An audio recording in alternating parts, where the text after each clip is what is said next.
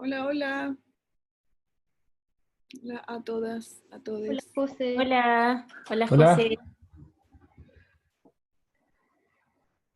Voy a estar así con la cámara apagada porque estoy con el internet medio inútil, así que así me funciona un poco mejor.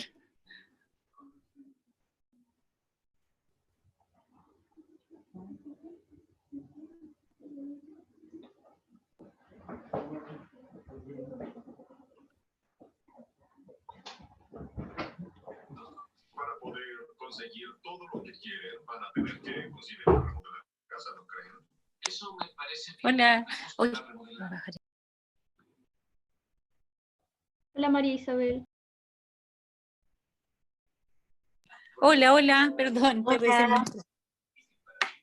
Aquí me siento sola. Bueno, pero si tienes una casa bonita, la gente ve. Exacto.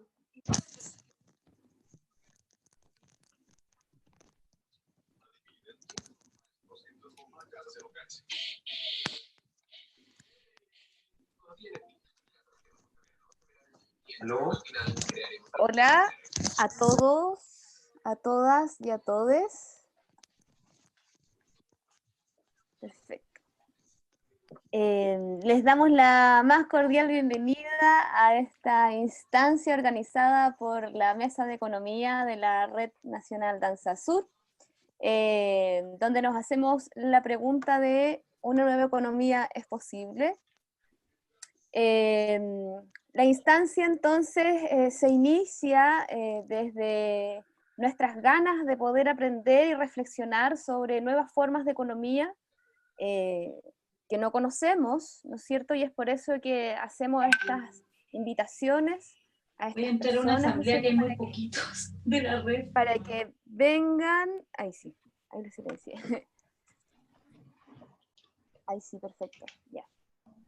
Eso, entonces contarles un poco que la iniciativa surge desde la cuestionante que les proponía hace un ratito, y la idea es poder generar y recibir también nuevos conocimientos en relación a la economía para poder, para que cada uno de nosotros los pueda luego ocupar, ¿no es cierto?, en nuestros territorios o dentro de la misma red, ¿no es cierto?, dentro de nuestros grupos de personas en que los movemos. Le dejo entonces el pase a Pauli para que nos presente a nuestro gran invitado del día de hoy. Muchas gracias por acompañarnos a todos los que están conectados y conectadas. Gracias. Súper. Contarles que hoy nos acompaña José Barrena. Él es economista y académico de la Universidad Estatal de Aysén, universidad que tiene su naciente departamento de biosfera sustentable. Él es interesado en temas de economía ecológica, gobernanza ambiental, conflictos socioambientales y cambio social. A raíz de la Revolución de Octubre del año pasado, ha participado en varios conversatorios sobre una nueva economía y cambio social gestionados por la Universidad de Aysén. También ha abierto a organizaciones sociales y público en general. Hoy día nos acompaña en este segundo ciclo de charlas, donde hay varios agentes de la Red Nacional Danza Sur y colaboradores de nuestra red con redes amigas. Así que bienvenido, José, te damos el pase para que nos puedas contar y exponer. Hola, bueno, muchas gracias por la invitación primero y por la presentación. Me parece para mí es muy gratificante estar en este espacio porque aparte es un espacio que un poco sale de donde habitualmente estoy realizando conversatorios o participando en conversatorios y charlas. Y me parece súper relevante también que desde de la red de Danza Sur puedan estar interesados en estos temas de economía, sobre todo considerando el proceso actual que vive Chile, ¿no? O sea, bueno, digamos desde octubre del año pasado. Y bueno, hoy día preparé una presentación, ahora les voy a compartir la pantalla para que puedan verla. Y me gustaría recalcar nomás que durante la presentación, si tienen dudas o consultas, podemos ir conversándolas, si quieren acotar sobre algún punto, o si algunos prefieren o algunas prefieren dejarlas las consultas para el final de la presentación también está bien, las dos cosas por mí está bien. Y nada más, antes de la presentación, acotar que, bueno, a partir de la pregunta que ustedes se hacen, si una nueva economía es posible, bueno, yo creo que sí, por eso estoy acá. Básicamente me gustaría centrar mi presentación en describir un poco en qué consiste lo que yo creo el actual modelo económico, y después pasar a algunos conceptos que podemos discutir, que pueden tal vez contribuir a generar un camino para establecer esta nueva economía o un nuevo modelo económico. Entonces voy a compartir la presentación. Ahí supongo que ya la pueden ver. ¿Sí? Sí, se ve. Perfecto. Entonces, bueno, esta presentación en realidad se titula Economía del Antropoceno, la economía como un subsistema de la biosfera. Y bueno, básicamente, como les decía, en una primera parte quisiera hacer o intentar hacer una descripción de cómo entiendo o algunos elementos centrales del actual modelo económico, muy centrado también en una crítica a lo que es la principal objetivo de la política económica, y tal vez más que la política económica, el principal objetivo de prácticamente todos los países del mundo, que es el crecimiento económico, ¿ya? Y luego pasar a algunos conceptos e ideas que pueden contribuir a generar una nueva forma de economía. Entonces lo primero es este esquema, que es el esquema tradicional de la economía neoclásica, que entiende, lo importante de este esquema es que la economía se piensa como un sistema cerrado, ¿no? Donde existen interacciones, pero bueno, están acotadas por lo que da este rectángulo en el fondo, donde los actores principales son, por un lado, las empresas o la industria, y por otro lado, la familia. Donde existe un mercado de bienes y servicios, es decir, las empresas aportan bienes y servicios, las familias compran esos bienes y servicios, y por otro lado existe también lo que se llama un mercado de los factores de producción, donde, por ejemplo, se transa la mano de obra de las personas.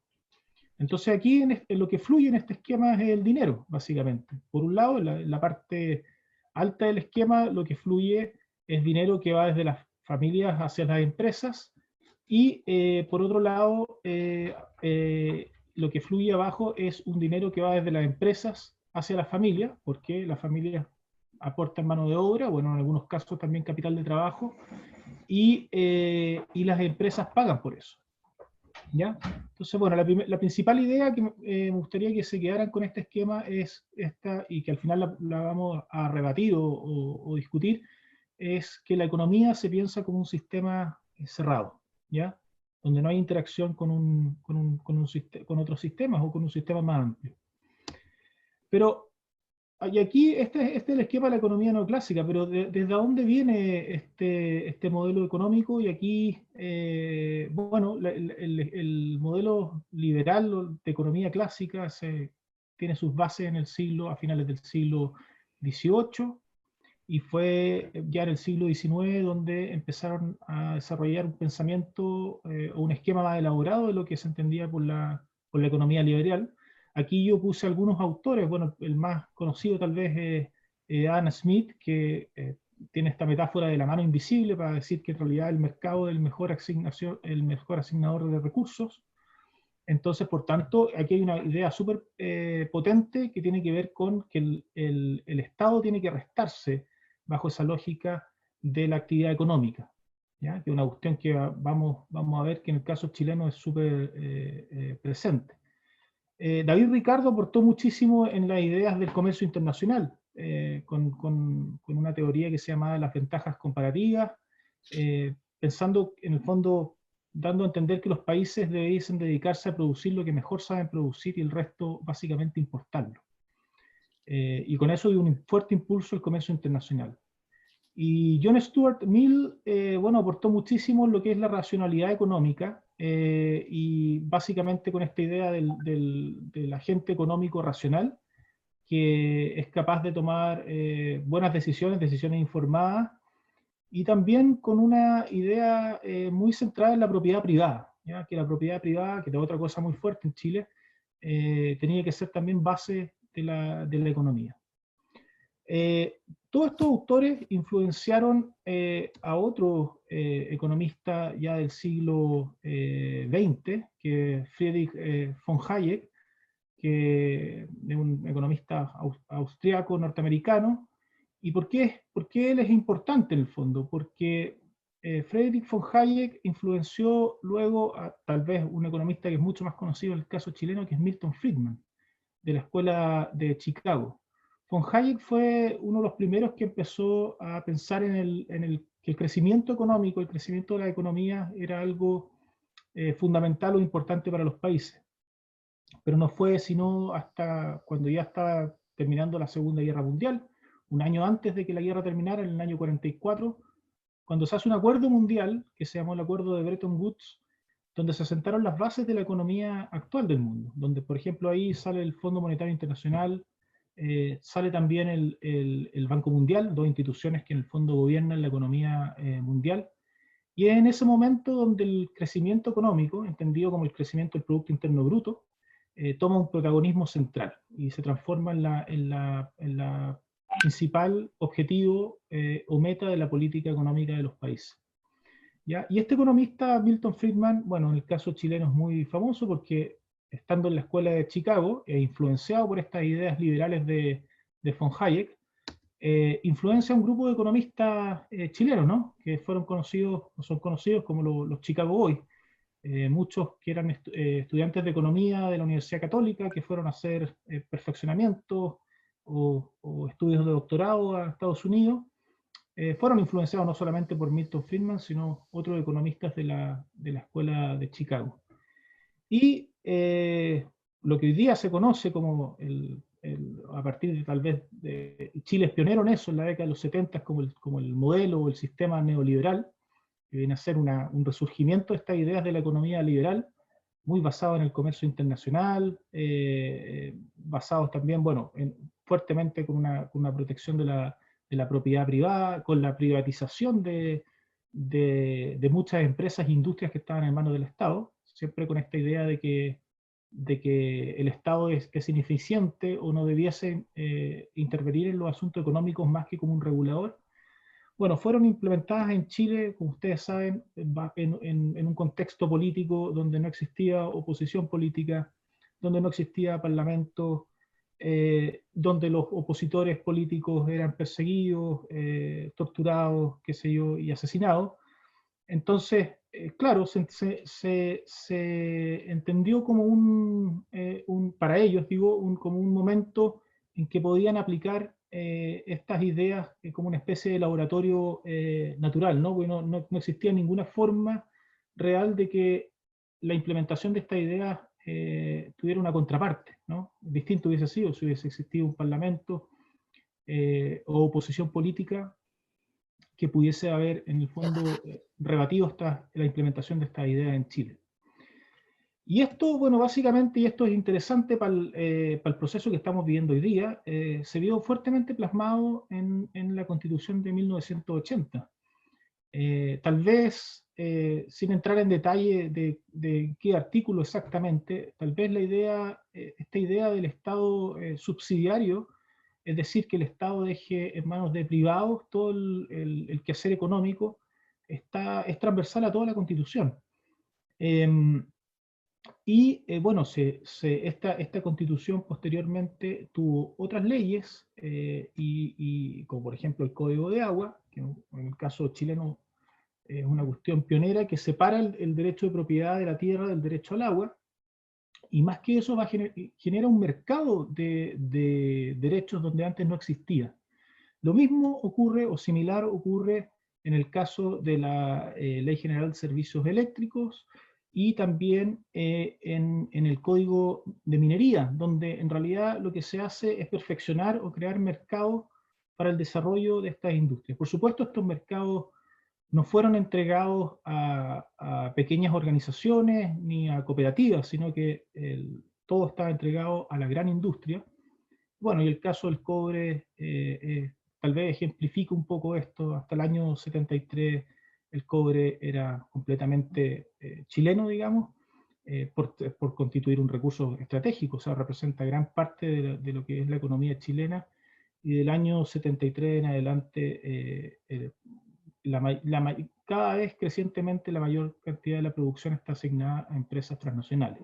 Entonces hoy día la empresa nacional del cobre ya no produce ni siquiera el 50% de la producción del cobre en Chile.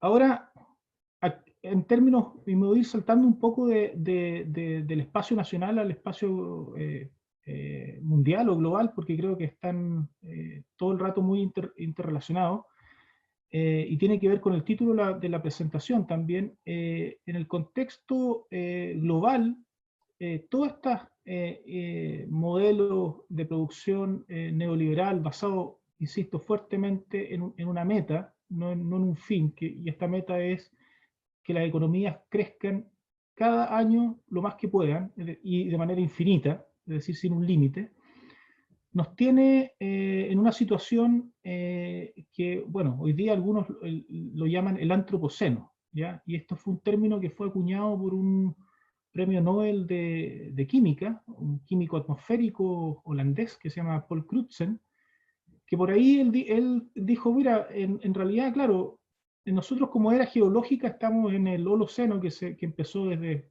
hace aproximadamente 12.000 años, cuando terminó más o menos la última glaciación.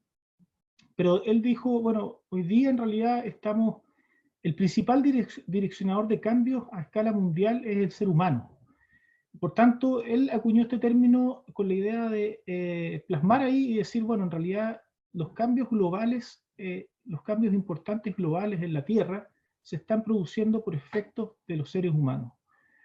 Por supuesto, siempre los seres humanos han producido cambio en el ambiente y han transformado el ambiente, pero lo que ejemplifica esta idea es que estos cambios ahora tienen una escala planetaria.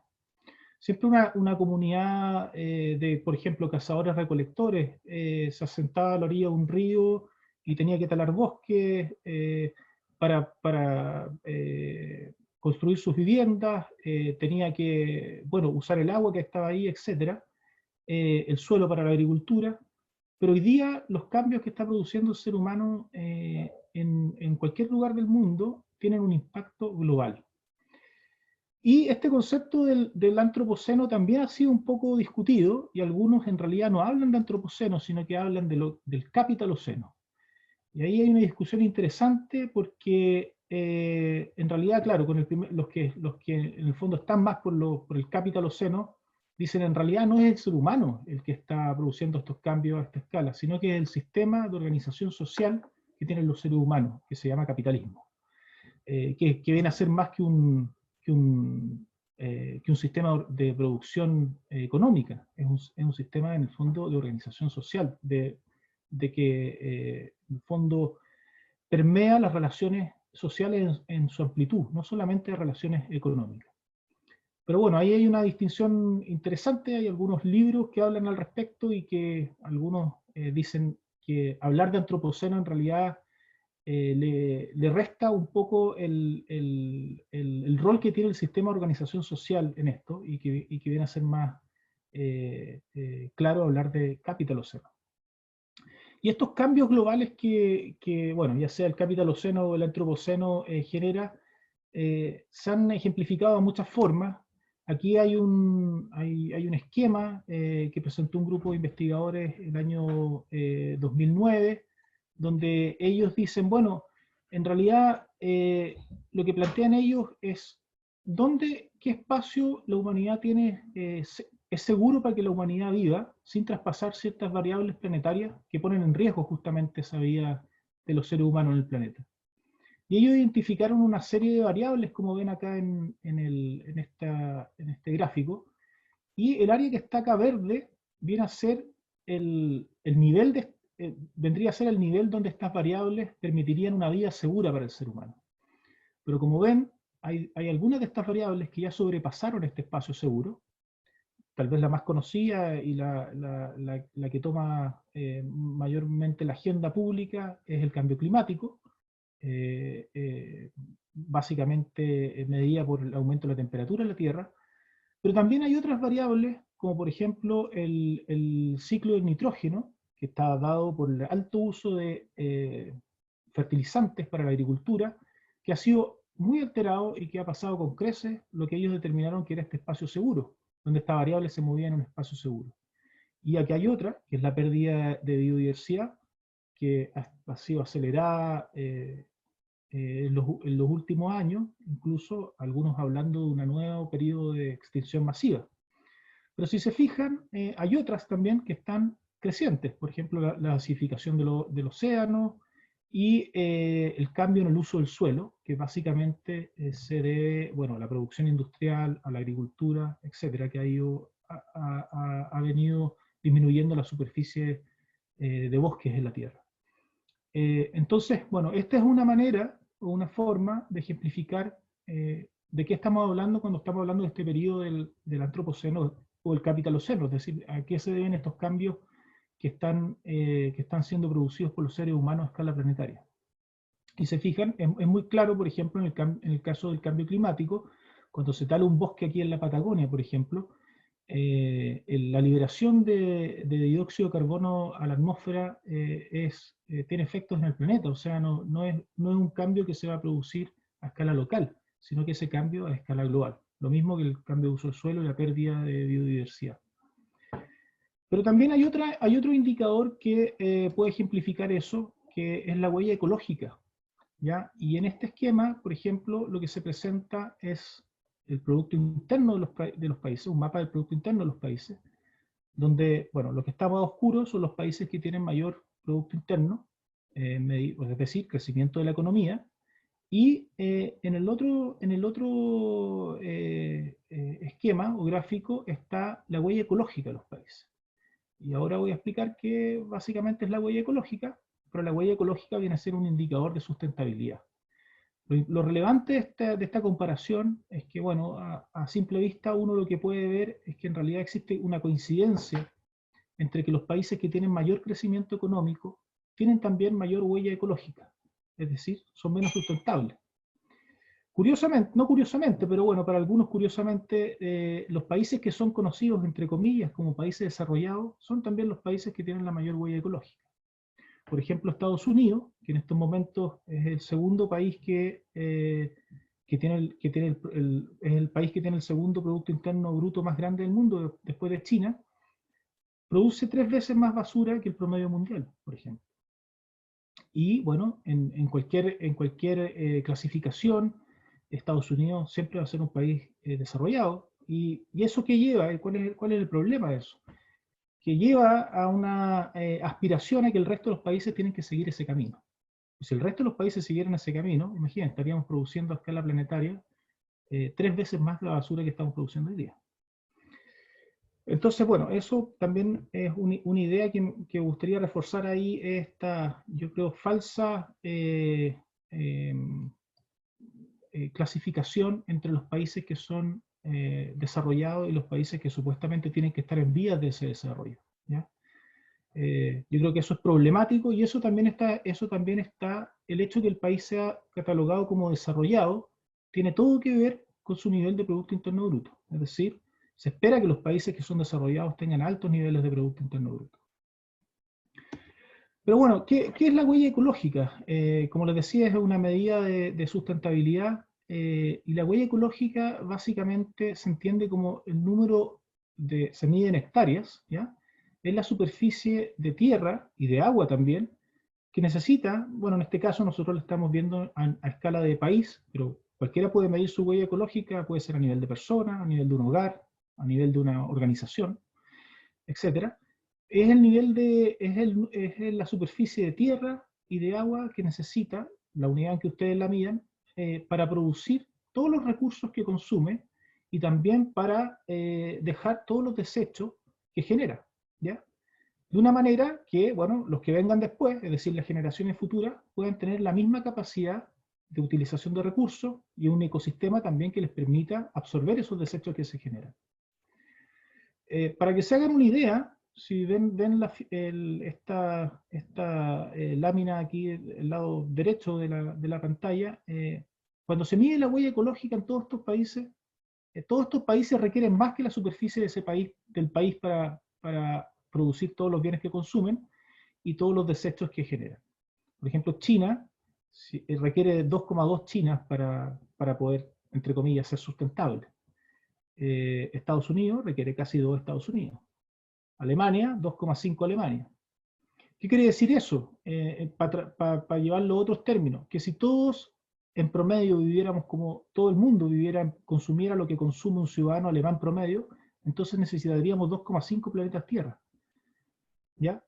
En estos momentos, si uno mira a escala global y ve cómo ha avanzado la huella ecológica del mundo, todo esto desde el año 60 más o menos hasta ahora, en realidad nosotros más o menos por el año 70 excedimos el nivel o la capacidad del planeta Tierra para aportar todos los recursos que consumimos y para ser un sumidero de todos los desechos que aportamos. Es decir, lo estamos haciendo, pero ¿qué implica eso? Que lo estamos haciendo a costa de consumir el capital natural del planeta, o sea, de una manera no sustentable. Y en estos momentos necesitamos alrededor de 1,7 planetas Tierra si quisiéramos vivir de una manera que las próximas generaciones tuvieran los mismos recursos que tuvimos nosotros para poder llevar este nivel de consumo y producción y para también aportar desechos. Otra forma de verlo es con la biocapacidad del planeta y el déficit ambiental que nos está produciendo. Entonces, por ejemplo, perdón, ahí me adelanté, si se fijan de nuevo, hasta como el año 70, el planeta venía con un superávit ambiental, es decir, esta línea verde que está acá, y toda esta área verde que se genera, viene siendo superávit ambiental. La línea roja que viene abajo es la huella ecológica. Pero a partir del año 70, más o menos, esta tendencia se rompe y la huella ecológica sobrepasa la biocapacidad del planeta. Por tanto, estamos en una situación en que si no se cambia el modelo de producción y consumo, esto se va acrecentando cada año. Y esto tiene ejemplos súper claros en el mundo, bueno, está lleno de ejemplos, pero ¿cómo se traduce esto? Por ejemplo, esto es lo que pasa en África, en Nigeria y otros países, donde la basura industrial de Europa, que a pesar que Europa tiene ¿cómo se llama esto? Un tratado donde ellos dicen que ellos mismos van a tratar la basura tecnológica que producen en Europa. Bueno, sin embargo, año a año se mandan muchos barcos a África, y en África se forman torres gigantescas de basura tecnológica, y donde las personas de distintos países, personas obviamente que tienen escasos recursos, escarban en esta basura tecnológica buscando pequeñas piezas de oro y de otros metales que pueden ser vendidos, bueno, obviamente en condiciones muy precarias, exponiendo su salud y exponiendo también la salud del medio ambiente para poder venderla. ¿Ya? Bueno, eso es lo que hacen los países, entre comillas, de nuevo, desarrollados para sustentar su desarrollo económico. Otro ejemplo en el mundo que pasa es lo que se llaman las islas de plástico, que están ejemplificadas en este mapa en el mundo y que están más o menos identificadas donde están. También son los desechos que produce el sistema económico en sus dinámicas de producción y consumo. Y esto uno puede pensar que son, bueno, en términos ambientales, y uno podría decir, bueno, básicamente todos estos costos ambientales han sido para que la gran mayoría de la población del mundo tenga los beneficios de este sistema económico. Pero bueno, según datos del Banco Mundial, que precisamente no es un opositor al sistema económico actual, hoy día la mitad de los habitantes del mundo vive con $5,5 al día, lo que son $165 mensuales, algo así como 130.000 pesos mensuales. Menos de la mitad del salario mínimo de Chile, no un 5% ni un 2% de la población del mundo, sino que el 50% de la población del mundo. Entonces uno dice, bueno, en realidad todos estos costos ambientales tampoco han sido para que la mayoría o la gran mayoría de la población mundial, entre comillas, se beneficie de los grandes avances del capitalismo o del sistema económico que tenemos actualmente.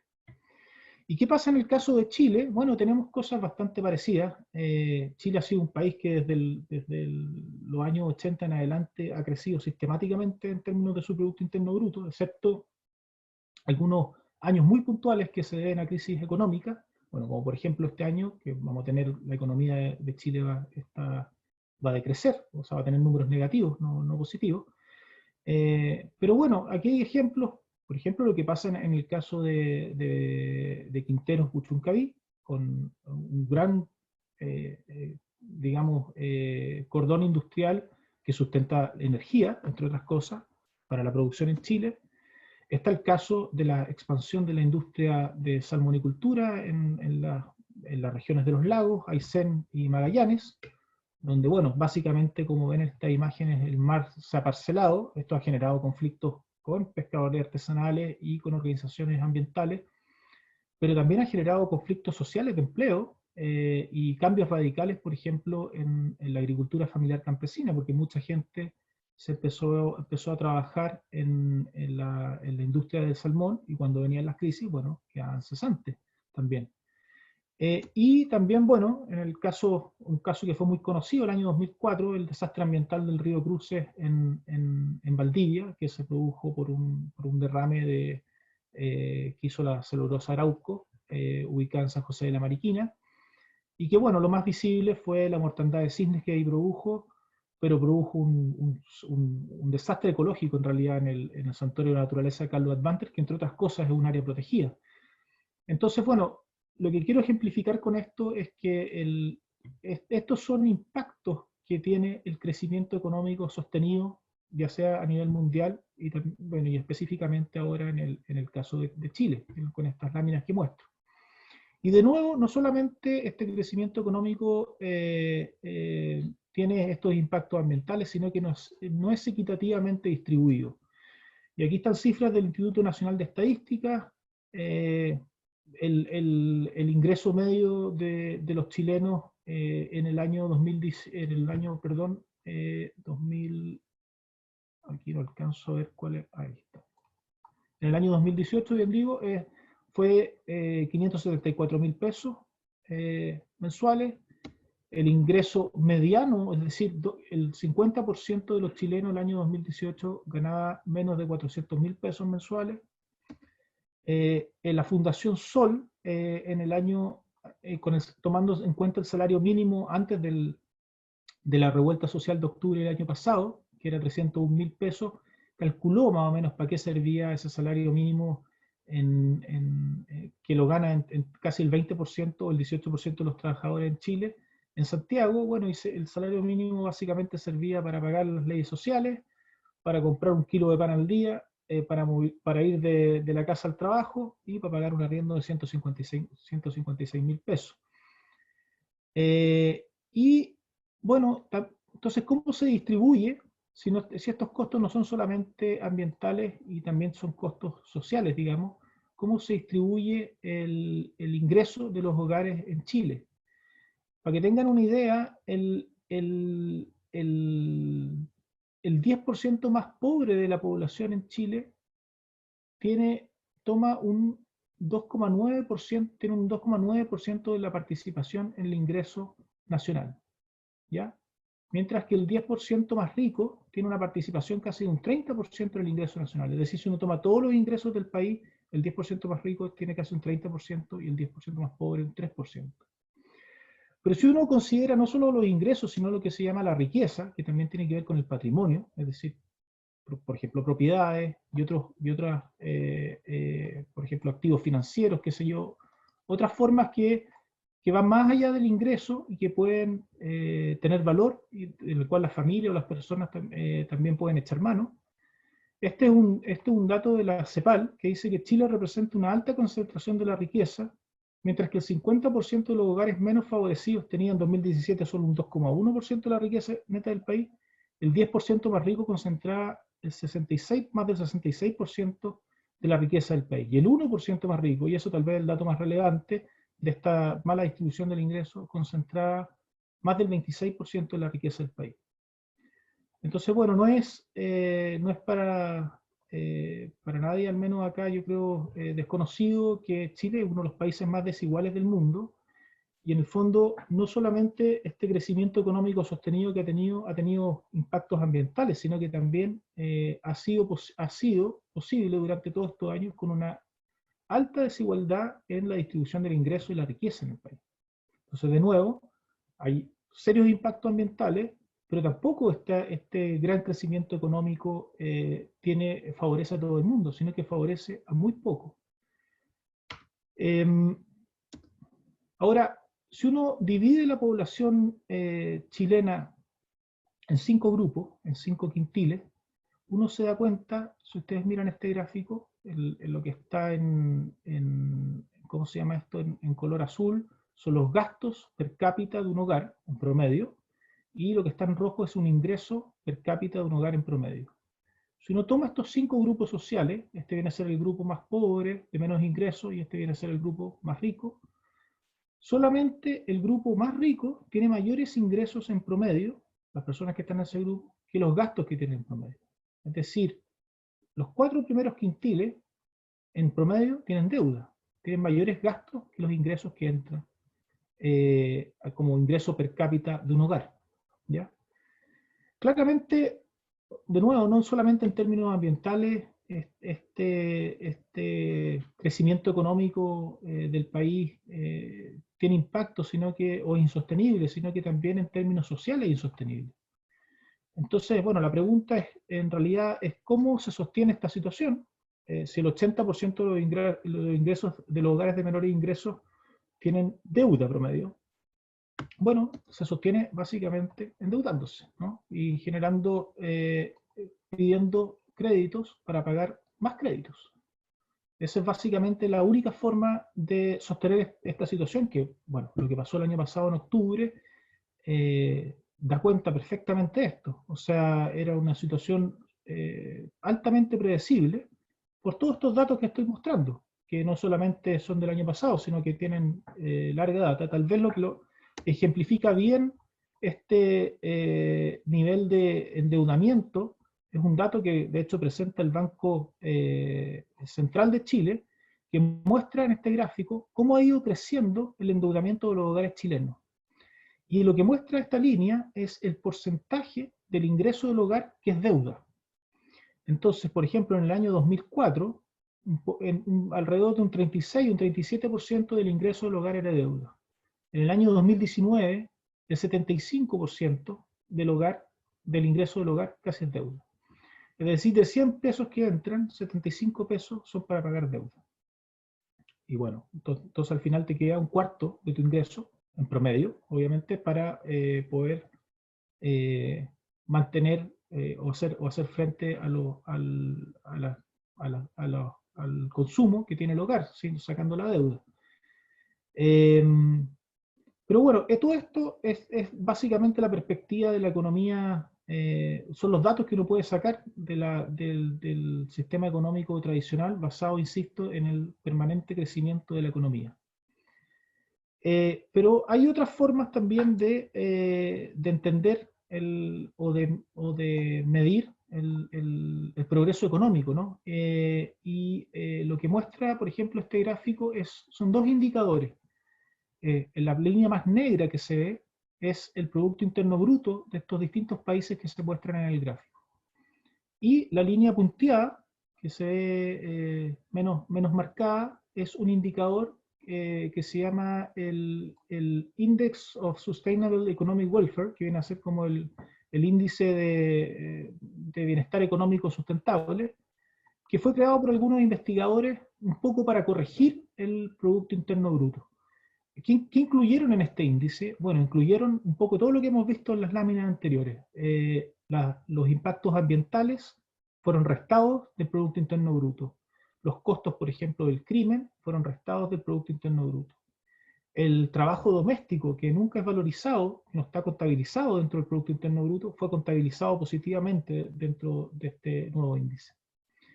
¿Y qué fue lo relevante en realidad que mostraron? Que si se fijan, generalmente como hasta el año 70, o bueno, no en todos los casos, pero alrededor del año 70, 75, estos índices, el Producto Interno Bruto, con este índice de bienestar económico sustentable, más o menos crecían juntos, pero en ese punto se separan. Y el índice económico de sustentabilidad comienza a bajar y el Producto Interno Bruto sigue subiendo. Hay diferencias entre unos y otros países, pero en realidad es casi una tendencia que se da. Entonces, lo primero que muestra esto es que el Producto Interno Bruto no genera bienestar, ¿ya? Y generalmente en la economía tradicional se asocia con que mayor Producto Interno Bruto implica mayor bienestar para las sociedades. Pero he tratado de mostrar en las otras láminas que en realidad implica también altos impactos ambientales, implica también que esos beneficios del modelo, qué sé yo, o del capitalismo, o de la expresión capitalista actual, que es el modelo neoliberal, tampoco llegan a todos, sino que llega a un pequeño grupo de la sociedad, ¿ya? Entonces, este esquema básicamente se conoce como la teoría del umbral. ¿Por qué? Porque hay cierto umbral en donde el bienestar sí puede estar asociado al crecimiento del Producto Interno Bruto, en términos de que sociedades que tienen muy pocos bienes materiales tal vez necesitan aumentar su economía para poder producir los bienes que les faltan, de los cuales carecen. Pero eso ocurre hasta cierto punto. Después de cierto punto, el crecimiento económico se desacopla del bienestar de la sociedad. Y mayor crecimiento económico no solamente no tiene que ver con el bienestar, sino que pareciera ser que contribuye a disminuir ese bienestar social. Esto también se hizo un estudio en el caso de Chile y muestra algo bien similar. Si se fijan, la curva que está con los triángulos viene a ser de nuevo el Producto Interno Bruto per cápita, y la que está con estos círculos es el índice de sustentabilidad económica per cápita. Y por ahí, por el año 80, un poquito más tarde que en los otros ejemplos que vimos en los países europeos y Estados Unidos, también se desacoplan y el Producto Interno Bruto en Chile se dispara y este índice de bienestar económico se empieza a disminuir. Es decir que, bueno, tomando nada más como referencia estos indicadores, uno puede decir que en realidad a partir de ese punto la sociedad chilena, a pesar que el crecimiento económico subió, y sostenidamente, particularmente desde la segunda mitad de los 80, el bienestar de la sociedad no mejoró tampoco. Pero bueno, algunos piensan que tal vez la tecnología puede solucionar estos problemas ambientales que, por ejemplo, genera el crecimiento económico, y apuestan fuertemente a que un cambio tecnológico puede contribuir o aminorar los impactos ambientales que tiene el mayor crecimiento, el mayor consumo y producción que se genera en una economía. Pero esta cuestión ya fue investigada en el siglo XIX por un economista inglés que se llamó William Stanley Gibbons, y él lo hizo, fue bastante revelador el estudio que él hizo, porque lo que en realidad demostró en ese momento con la invención de la máquina a vapor, es que un cambio tecnológico no producía menor demanda por un recurso. ¿Ya? Lo que él vio es que, por ejemplo, antes de la invención de la máquina a vapor, había X demanda por carbón, ¿ya? Y una vez que la máquina a vapor se inventó, lo que hacía era hacer más eficiente el uso del carbón. Es decir, para producir la misma energía yo requería menos carbón, ¿ya? O con la misma cantidad de carbón, lo que es lo mismo, con la misma cantidad de carbón yo podía producir más energía. Por tanto, mi uso del carbón iba a ser más eficiente. Pero lo único que hizo eso fue aumentar la demanda por carbón. Entonces, el recurso natural, en realidad, que era el carbón en ese momento, no se vio protegido, sino que este salto tecnológico hizo que aumentara la demanda por el recurso natural. Porque visto en términos económicos, el recurso se hacía más barato, porque yo podía utilizar más recursos, en el fondo, o sea, menos recursos para producir la mayor cantidad de energía. Esto se conoce como la paradoja de Gibbons, y también la aplicaron otros economistas ya en el siglo XX con la energía, en los años 70, del petróleo. Y los resultados que le arrojó fue exactamente lo mismo. Es decir, con cambios tecnológicos que hacían más eficiente el uso del petróleo, en vez de disminuir la demanda por petróleo, aumentaba la demanda por petróleo. Es decir, se generaba una mayor presión sobre los recursos naturales. Y esto también es relevante hoy día con lo que se conoce como la economía circular, que entiendo que de hecho la otra semana ustedes tienen una presentación sobre eso. Y por ejemplo aquí salió un artículo en The Guardian y también hubo una publicación científica que habla exactamente de lo mismo. Que bueno, la economía circular lo que trata de hacer es como encerrar en un loop los desechos o parte de los desechos que genera el proceso económico para ser reutilizados de nuevo y generar nuevos bienes y servicios reutilizando estos desechos, o que antes se consideraban desechos y ahora pueden ser útiles. Pero lo que hace eso también, o lo que plantea en este artículo, por ejemplo, y en el artículo del The Guardian, es que al ocupar desechos en producir nuevos bienes y servicios, esos nuevos bienes y servicios se hacen más baratos. Por lo tanto, aumenta la demanda por esos bienes y servicios. Por lo tanto, aumenta de nuevo la presión por los recursos naturales. No disminuye. Entonces, es lo que ellos hablan de un efecto rebote. En realidad, si ese efecto rebote, si el aumento de la demanda por estos recursos es mayor que la reutilización que estoy haciendo, en realidad lo que se está produciendo es un perjuicio ambiental y no un beneficio ambiental. Y esto es muy relevante porque lo que está en el fondo indicando es que este cambio, o sea, el cambio no es solamente de reutilización. Si la economía sigue pensando en crecer y en aumentar el consumo y la producción, no importa, parece, cuántas cosas o cuántos artilugios se hagan para poder reutilizar los desechos que deja la economía, porque siempre va a haber más presión sobre los recursos. Es decir, lo que tiene que haber es más bien un radical cambio en las metas de producción y consumo, y particularmente mirado desde una óptica más general, en dejar de pensar que el crecimiento económico es la única meta o la meta principal de la economía y de una sociedad. Porque si siempre va a ser el objetivo final crecer más, bueno, la presión sobre los recursos o el patrimonio natural no va a disminuir. Toda la economía finalmente tiene una base en la naturaleza y en los ecosistemas. Entonces, bueno, dicho todo esto, y me gustaría presentar qué otras alternativas pueden existir, qué otros conceptos se le puede echar mano o al menos discutir. Y yo creo que esto también es relevante también, por ejemplo, como lo mencionaba al comienzo, en los cambios que pueden venir ahora en Chile en términos de este proceso constituyente, por ejemplo. ¿Qué rol va a tener el Estado? ¿Qué rol va a tener el mercado? ¿Qué cambios se debiesen introducir en la economía? Y aquí voy a tomar la definición más clásica de desarrollo sustentable que se presentó en nuestro futuro común, que fue un documento que sacó las Naciones Unidas por allá por el año 87, y dice que el desarrollo sustentable es aquel desarrollo que permite satisfacer las necesidades actuales sin comprometer la habilidad de las generaciones futuras de satisfacer sus propias necesidades. Y en esta definición a mí me gustaría centrarme en dos palabras que ahí menciona: necesidades y futuras. O sea, hay un fuerte énfasis en lo que son las necesidades humanas y también en las generaciones futuras. Hay una cuestión intertemporal. No solamente está en lo que nosotros podemos necesitar hoy día, o este corte generacional, sino que también lo que pueden tener o las necesidades que pueden tener las generaciones futuras. Y ahí la primera pregunta que al menos surge es: ¿qué son las necesidades humanas en realidad? Y es una cuestión no trivial, creo yo, porque muchas veces se piensa, se pueden hacer otras preguntas a partir de esto, si las necesidades humanas son infinitas. Muchas personas piensan que sí, que en realidad las necesidades van cambiando en el tiempo, que cambian también entre distintas culturas.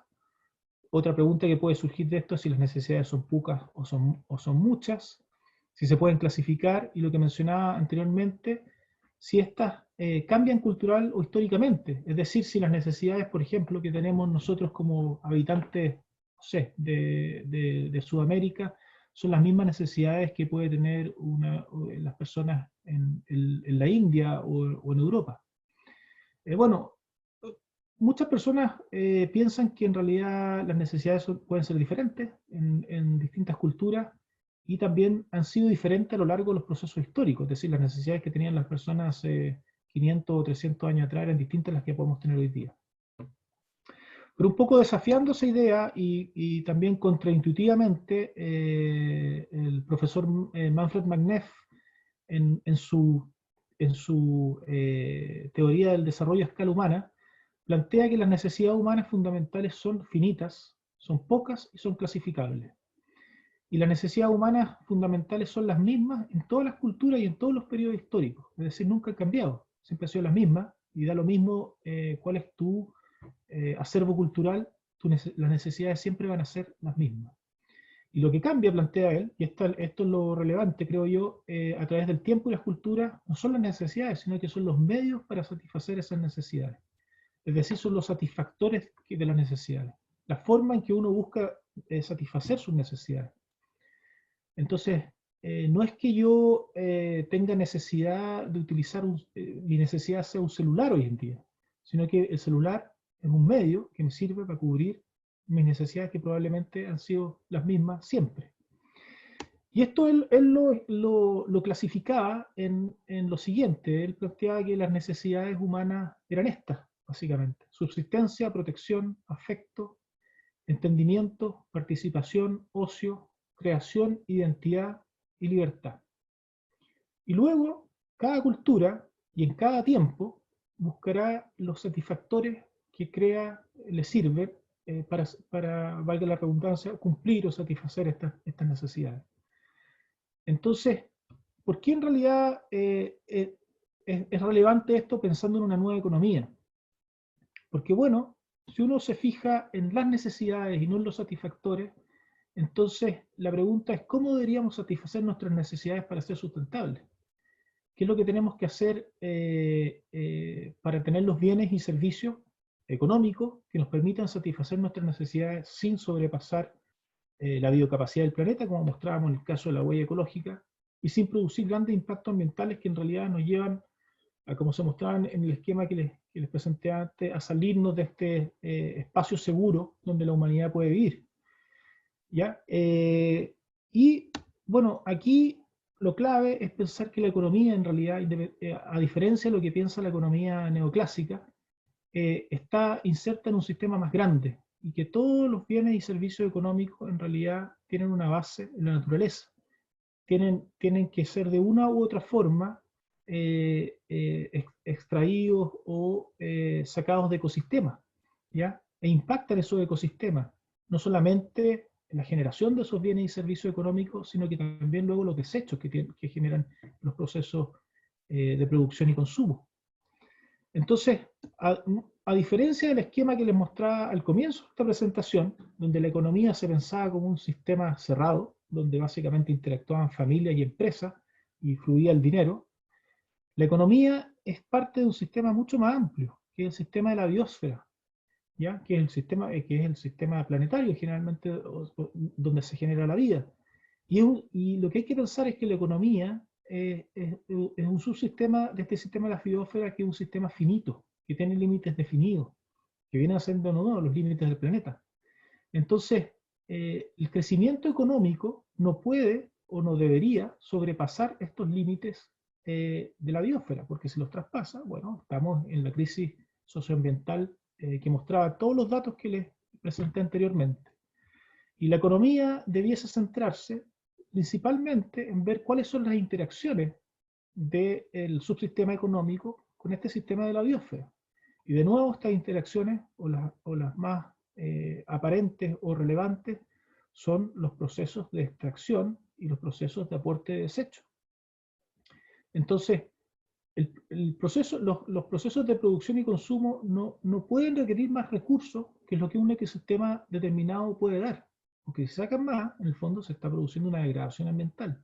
Y tampoco puede aportar más desechos que lo que ese mismo ecosistema es capaz de procesar. Porque de nuevo, si no está poniendo en jaque algunas funciones ecosistémicas que son fundamentales para los procesos que tiene ese ecosistema.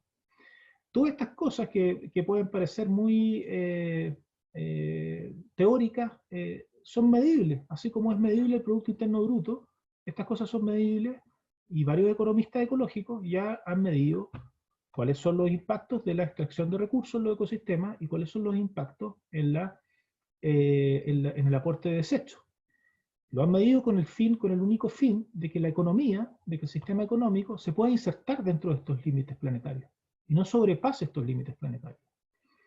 Y tal vez una cuestión o una propuesta interesante es la propuesta que se hace desde el decrecimiento, que obviamente en los círculos de economía tradicional siempre es bien denostado y mal visto, pero que plantea básicamente, rebate todas las ideas básicas de la economía neoclásica, en el sentido que, por ejemplo, una cuestión fundamental que está en los supuestos básicos de la economía tradicional o neoclásica es que siempre más es preferible a menos. ¿Ya? Y en ese sentido, tiene, por ejemplo, el crecimiento económico es un fiel reflejo de eso. Siempre hay que tratar de crecer más. Pero lo que plantea el decrecimiento es que no, que a veces menos es mejor que más, o es preferible que más, y que al menos uno tiene que insertarse dentro de los límites de la biosfera, porque de otra manera entras en una crisis socioambiental. Pero el decrecimiento no es solamente, porque muchos dicen, bueno, de crecer se produce un decrecimiento de la economía, se genera desempleo, se generan crisis, la economía tiene que estar creciendo. El decrecimiento no es una recesión económica, porque una recesión económica es algo abrupto y no planificado, como lo que estamos viviendo hoy día, por ejemplo, en Chile, o en el mundo en general, pero en Chile en particular, con la crisis del COVID. Fue algo repentino, no planificado y abrupto que vino a impactar el sistema económico, y lógicamente eso genera desempleo, genera pobreza, genera marginalidad, etc. El decrecimiento es una disminución de la economía planificada y concertada para poder quitarle presión a los ecosistemas que sustentan toda la economía. Entonces es una cuestión concertada y planificada, y eso es un cambio radical porque se tienen que plantear políticas para hacer eso. Entonces eso es lo primero, no es una cuestión importante, es que no es lo mismo que una recesión económica, ¿ya? Por las razones que di recién. Y lo segundo es que el decrecimiento tampoco es un proceso permanente, como muestra esta gráfica. El decrecimiento es un tránsito. Entonces, ¿y es un tránsito a qué? A que la economía se pueda insertar dentro de la capacidad de carga de los ecosistemas, o dentro, como mostraba en un esquema anterior, de los límites de la biosfera. Si se fijan en este esquema, lo que se muestra acá, con esta línea punteada, es la capacidad de carga de una economía. Puede ser el planeta, puede ser la economía de un país, de una ciudad, etc. Ahí la unidad cada uno la puede fijar. Cuando este primer periodo de crecimiento muestra que el crecimiento puede traspasar esta capacidad de carga. Y cuando la traspasa, bueno, estamos en un problema socioambientales como los que he tratado de mostrar en esta presentación. Entonces, ahí viene una etapa, que es la etapa de decrecimiento, que sería esta segunda etapa, que permite que la economía se vuelva a insertar dentro de la capacidad de carga planetaria o de la unidad que se mida. Y una vez que se inserta, lo que se persigue es lo que se llama un estado estacionario, es decir, que la economía esté en torno o dentro de esos límites de capacidad de carga, porque de lo contrario, derechamente uno va a un conflicto ambiental, que es lo que estamos teniendo. Pero bueno, para eso se requieren básicamente políticas muy radicales, que no tienen nada que ver con los esquemas tradicionales de economía. Lo primero, obviamente, es un poco lo que presentaba, de mirar que la economía es un sistema abierto, y es un subsistema de un sistema aún mayor, y tiene que insertarse dentro de esos límites. Y para finalizar, yo creo que estos cambios tienen que ir, para poder gestionar esta transición, si se hace una transición a un nuevo sistema económico, tiene que ir con un cambio en los objetivos de la política económica. Hoy día lo que he mostrado es que la política económica está centrada en su único objetivo o principal objetivo, que es el crecimiento económico. Y he tratado de presentar cuáles son los impactos de ese crecimiento económico. Pero la economía se puede centrar en otros objetivos que no son el crecimiento económico. Y tal vez el crecimiento económico puede ser un fin, un medio para algunas cosas, pero no un fin. Y creo que es podría ser algo a discutir, que en el fondo la política económica y los objetivos de la economía fueran una mayor justicia social, es decir, disminución de la inequidad, la distribución del ingreso y la riqueza, y también la sustentabilidad ambiental. perfectamente es posible pensar en una economía que vaya hacia estos fines, que esos sean sus objetivos. Y si para cumplir estos fines en algún momento de tiempo es necesario tener crecimiento económico, porque hay algunos bienes y servicios económicos que hay que generar, bueno, puede ser un medio, pero no un fin.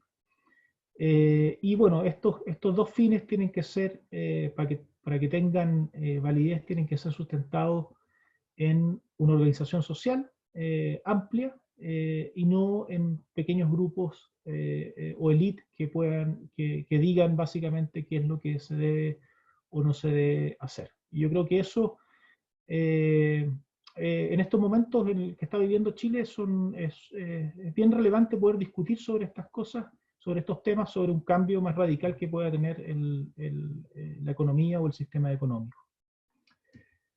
Eso es, muchas gracias por escucharme todo este rato.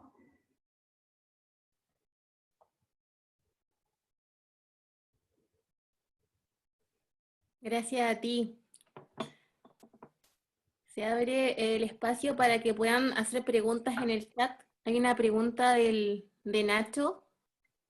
¿Ya? ¿Te la leo o la lees tú? A ver, voy a... ya, aquí la estoy leyendo. Saludos, compañero. Mi pregunta en secreto detrás de cámara es respecto de lo que tú piensas respecto del rol de la creatividad en estas transformaciones. ¿Cuán importante es potenciar la creatividad para asegurar un cambio paradigmático?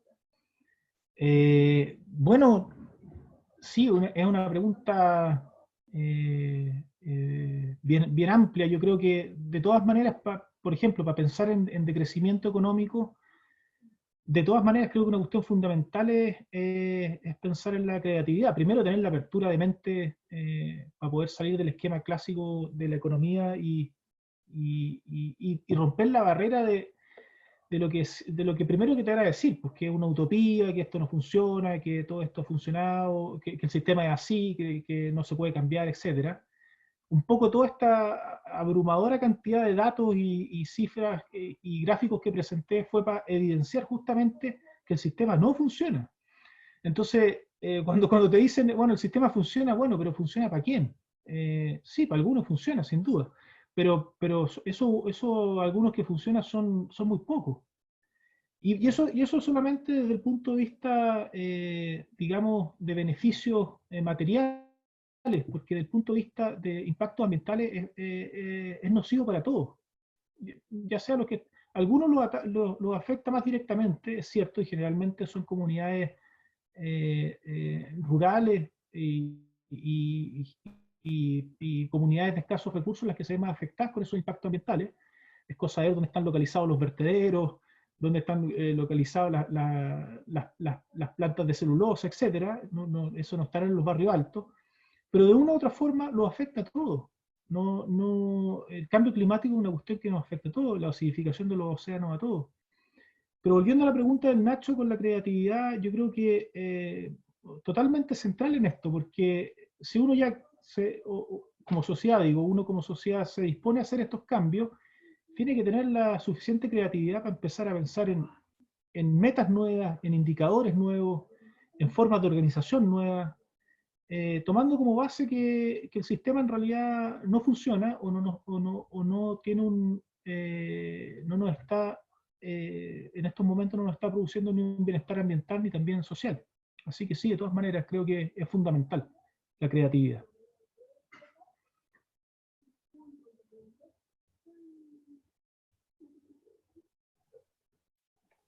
Se abre la palabra por si alguien quiere hacer alguna pregunta. Por favor, lo que quieran, lo que pueda yo responder. ¿O algún comentario? Sí. También.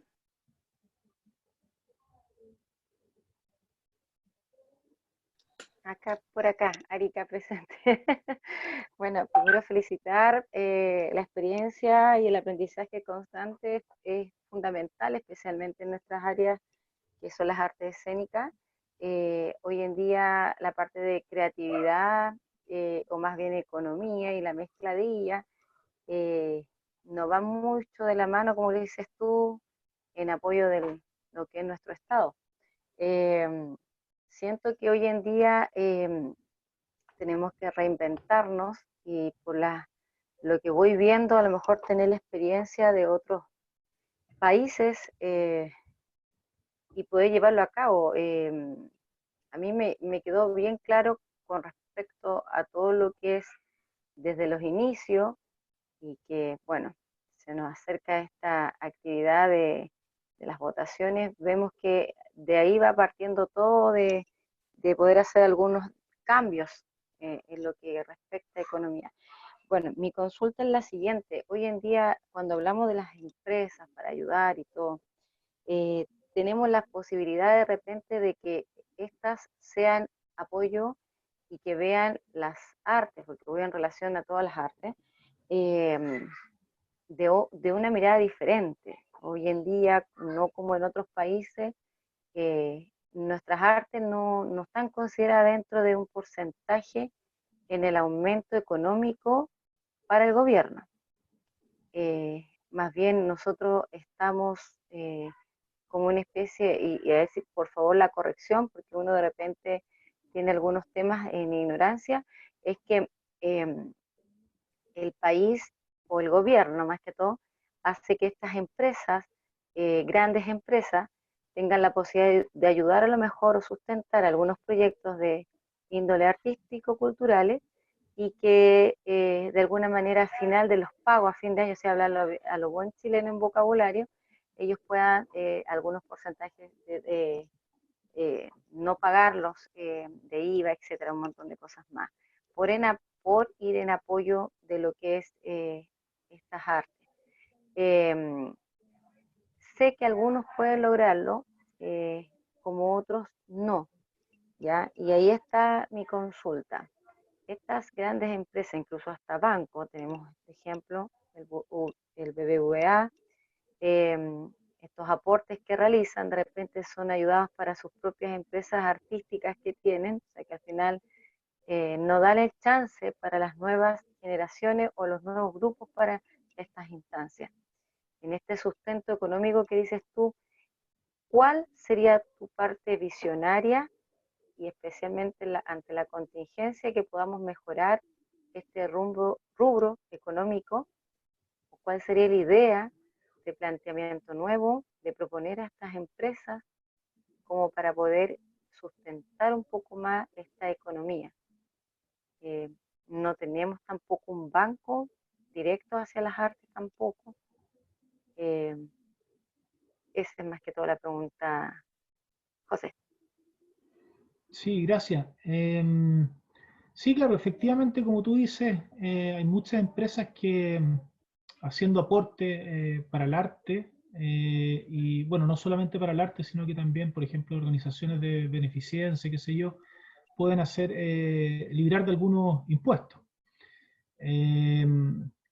Al final, claro, el punto yo creo central es que en este caso que tú planteas, el arte viene siendo una cuestión bien marginal dentro del esquema.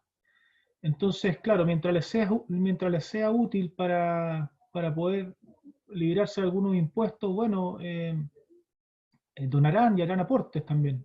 Con eso no niego, tal vez algunos tienen sinceramente que pretenden también un poco fomentar en algunos casos el arte, qué sé yo. Pero creo yo que el cambio tiene que venir por una cuestión más radical en el fondo. Uno podría pensar, por ejemplo, en todo, de nuevo, en este proceso constituyente que está viviendo Chile, una discusión súper válida sería hacer cuál es el rol del arte en la sociedad. Y tal vez revertir un poco lo que se ha venido, cómo se ha venido organizando la sociedad y decir, bueno, el arte tiene que cumplir un rol central. Y ahí uno puede hacer cambios ya que son mucho más radicales que no tienen que ver con el aporte o no de ciertas empresas para que en el fondo el arte pueda desarrollarse en el país, sino que puede hacer cambios, por ejemplo, en la estructura, en las escuelas, en las mallas curriculares, digamos, donde el arte pudiese ser central, salir del esquema tradicional que, bueno, tenemos lenguaje, matemática, y esos son los ramos que valen y el resto cumplen un rol marginal. No, ¿por qué? De nuevo, todas esas cosas se generaron pensando un poco en la producción, en la productividad, en qué es lo que más renta, etcétera. Pero bueno, de nuevo, esto sí, sí, efectivamente el país ha crecido, pero bueno, ¿a qué costo? Eso he tratado de presentar ahora. Entonces, yo creo que un poco como en el esquema que presenté yo, creo que la pregunta fundamental es qué rol debe cumplir el arte en la sociedad. Y yo me parece que sería una cuestión fundamental de trabajar, de analizar y discutir, por ejemplo, en todo el proceso constituyente que está ocurriendo ahora. Yo recuerdo al menos acá en Coyhaique que en algunos cabildos en los que participé, por ejemplo, también habían grupos que ponían ese tema sobre la mesa y impulsaban un poco a que el arte en general cumpliera un rol más fundamental en la sociedad. No un rol marginal en el fondo, que estuviera dependiendo, por ejemplo, como tú lo planteas, de ciertos aportes de empresas que en realidad están dedicadas a otro rubro y que por una cuestión de leyes tributarias en el fondo les conviene aportar al desarrollo del arte. Yo pienso que no debiese ser así, que la sociedad no se debiese organizar así. Y bueno, lógicamente desde la perspectiva de la economía clásica te van a decir, bueno, pero es que eso tiene poco beneficio económico. Pero el punto es que no necesitamos de nuevo crecer tanto. Si con lo que ya existe, ya hay una mejor repartición de los recursos, cada uno pudiese tener una vía, desarrollar lo que le interesa, en los aspectos que le interesa desarrollar en su vida. Y eso es súper importante de defender, yo creo, esa idea, porque entre otras cosas, bueno, yo creo que lo presenté un poco en los datos, pero a mí una cosa súper discutible en el caso de Chile, y lo digo particularmente en Chile y no todo el mundo, es que yo siempre digo, vivimos en una sociedad bien hipócrita, porque bueno, en varios sentidos, lógicamente, pero en el sentido económico también lo digo, porque se establecen parámetros que no son acorde a la realidad. Concretamente, por ejemplo, el salario mínimo de nuevo en Chile. El salario mínimo debiese ser, primero que nada, un salario que te permitiese vivir dignamente. Entonces uno puede cuantificar más o menos cuánto una persona cuánto requiere para vivir dignamente. Yo creo que todos vamos a estar de acuerdo, incluso los que fijan, los economistas que están en la discusión del salario mínimo, en que con 320.000 pesos no te alcanza para vivir en Chile. Probablemente ni siquiera te alcanza para vivir con el doble de eso. Entonces, esa es la primera discusión, porque si no es una cuestión bastante hipócrita. En el fondo, fijemos un mínimo para qué, para que calcen las cifras, pero bueno, yo creo que lo primero tiene que ser para que las personas puedan vivir dignamente, ¿no? Y luego veamos cómo esto puede impactar en otras cosas, pero no al revés. Actualmente el salario mínimo en Chile se fija porque se determina en base a la línea de la pobreza, y la línea de la pobreza en Chile solamente se determina en base a consideraciones calóricas. Es decir, se determina más o menos cuántas calorías requiere una persona para vivir al día. Esas calorías se llevan a alimentos representativos de la sociedad y esos alimentos se llevan a precios de mercado. Y así se calcula. Entonces es súper pobre el análisis. Yo pienso que esas cuestiones debiesen basarse en calidad de vida, en el fondo en bienestar, y en eso no solamente dentro de lo que una persona come, sino que también, por ejemplo, el desarrollo integral de una persona. Y en eso yo creo que está muy presente el arte, por supuesto.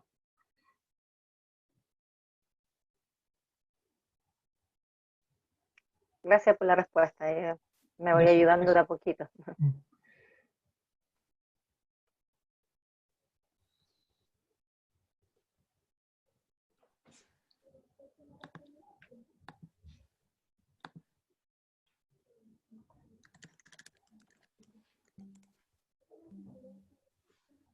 No sé si tienen más, alguna pregunta. Sí, me voy a preguntar, si alguien quiere comentar algo, preguntar. Yo creo que igual, o sea, como que está súper como todo lo que expusiste de inicio a fin, está como súper claro y consciente también, yo creo, para todos de lo que está pasando en nuestro ecosistema, cómo está ligado con nuestra economía en el país. Como que ahora dan más ganas de decir todo el rato apruebo. Como, eso, ese es como mi comentario, y agradecerte también. Muchas gracias por compartir todos tus saberes con nosotros y exponerlo tan bacánmente, así bacán.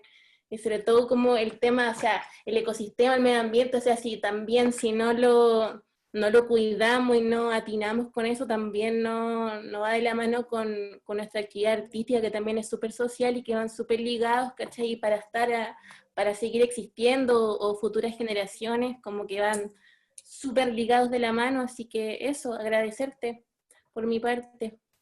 Sí, no, muchas gracias por la invitación, usted, y por la oportunidad de presentar estos temas acá, que como les decía al comienzo, para mí es muy gratificante estar como en este espacio presentando también, porque que no es un grupo en el fondo habitualmente con las personas, digamos, en el ambiente académico que presento, pero a mí me parece más relevante muchas veces esto, porque existen preguntas, por ejemplo, como las que me hicieron, que te hacen pensar más también y vincular, y yo creo que ahí está una cuestión muy importante, vincular de repente distintos aspectos o dimensiones de, si uno quiere llamarle, del desarrollo humano o el desarrollo de las sociedades, que yo creo que por ahí va también el cambio que hay que hacer. O sea, no tampoco verla, y en este caso yo lo que traté de hacer, no ver la economía como una cuestión cerrada ni tan ajena a otros aspectos del desarrollo social y humano.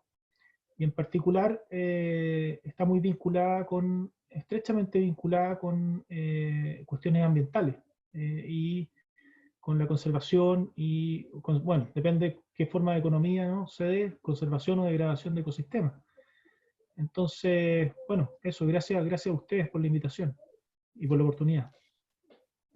Gracias, José, a nombre de la Red Nacional Danza Sur. Entonces, te damos las infinitas gracias por tu tiempo, por compartir tus saberes con toda la red. Y nos queda mucho material entonces para reflexionar, ¿no es cierto?, como comunidad, en nuestros territorios también.